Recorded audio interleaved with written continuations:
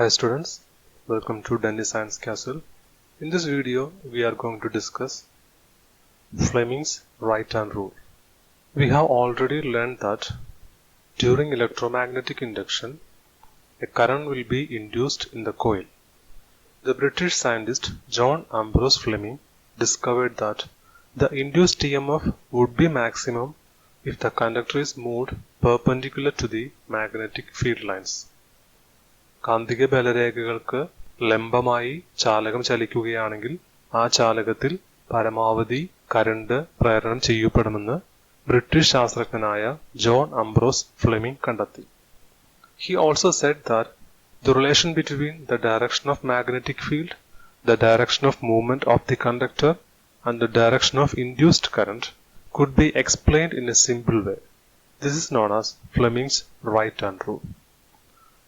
കാന്തിക മണ്ഡലത്തിന്റെ ദിശയും ചാലകത്തിന്റെ ചലനദിശയും പ്രേരണം ചെയ്യപ്പെടുന്ന വൈദ്യുതിയുടെ ദിശയും തമ്മിലുള്ള ബന്ധം ലളിതമായ ഒരു മാർഗത്തിലൂടെ കാണിക്കാമെന്ന് അദ്ദേഹം പറഞ്ഞു തന്നു. ഇതാണ് ഫ്ലെമിങ്ങിന്റെ വലതു കൈ നിയമം. So let's discuss what Fleming's right hand rule is. Just see this model.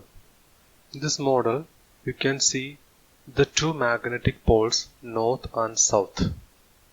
You know that the direction of the magnetic field will be from north to south. So in this model the direction of the magnetic field is from the right to left. നാം നേരത്തെ പഠിച്ചിട്ടുണ്ട് കാന്തിക ബലരേഖകളുടെ ദിശ north പോളിൽ നിന്ന് south പോളിലേക്കാണ്. അതായത് ഈ മോഡലിൽ കാന്തിക ബലരേഖകൾ ചലിക്കുന്നത് വലതുവശത്തു നിന്ന് ഇടതുവശത്തേക്കാണ്. I have got a conductor AB in my hand.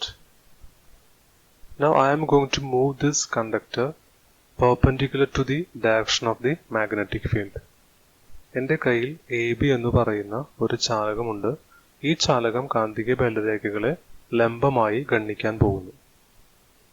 This conductor can either be moved from top to bottom or bottom to top.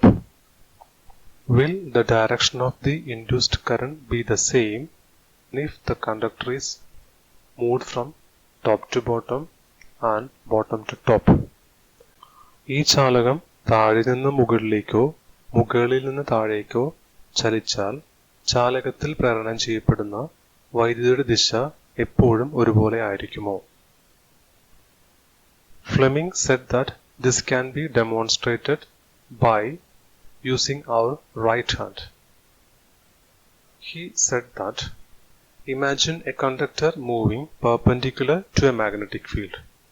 Stretch the forefinger, middle finger and the thumb of the right hand in mutually perpendicular directions as you can see in the video.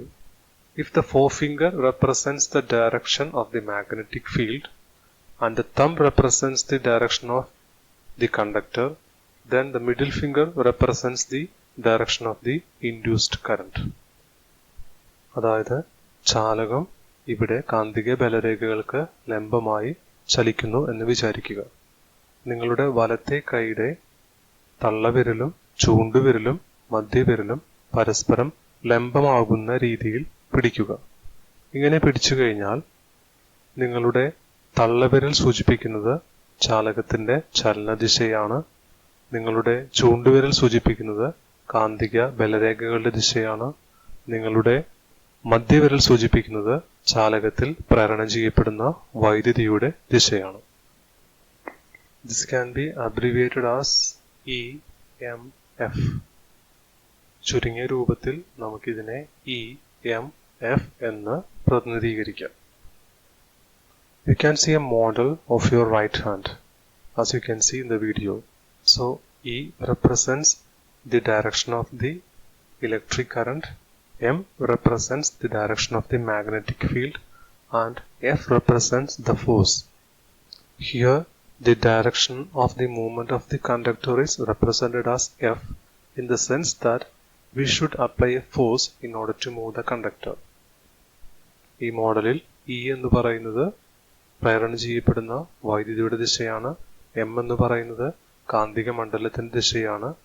ചാലകത്തിന്റെ ചലനദിശ നാം F എന്ന അക്ഷരം കൊണ്ട് സൂചിപ്പിക്കാൻ കാരണം ചാലകം ചലിക്കണമെങ്കിൽ ചാലകത്തിന്മേൽ ഒരു ബലം കൊടുക്കണം എന്നുള്ളത് കൊണ്ടാണ്. So let's see how can we identify the direction of the current induced in the conductor. First, the conductor AB is going to be moved from bottom to top. So the pointing finger M is held in the direction of the magnetic field. Since the conductor is moved from bottom to top, the thumb representing force should be held like this. Now look at the line representing the direction of the electric current. Is it from A to B or B to A? ആദ്യം ചൂണ്ടുവിരൽ കാന്തിക ബലരേഖകളുടെ ദിശയിൽ പിടിക്കുന്നു. ഇവിടെ ചാലകം താഴെ നിന്ന് മുകളിലേക്ക് ചലിക്കുന്നത് കൊണ്ട് തള്ളവിരൽ മുകളിലേക്ക് പിടിക്കുന്നു. ഇപ്രകാരം വെച്ചു കഴിഞ്ഞാൽ വൈദ്യുത പ്രവാഹ ദിശ സൂചിപ്പിക്കുന്ന മധ്യവിരൽ എങ്ങോട്ടേക്കാണ് നിൽക്കുന്നത്? എയിൽ നിന്ന് ബിയിലേക്കാണോ ബിയിൽ നിന്ന് എയിലേക്കാണോ?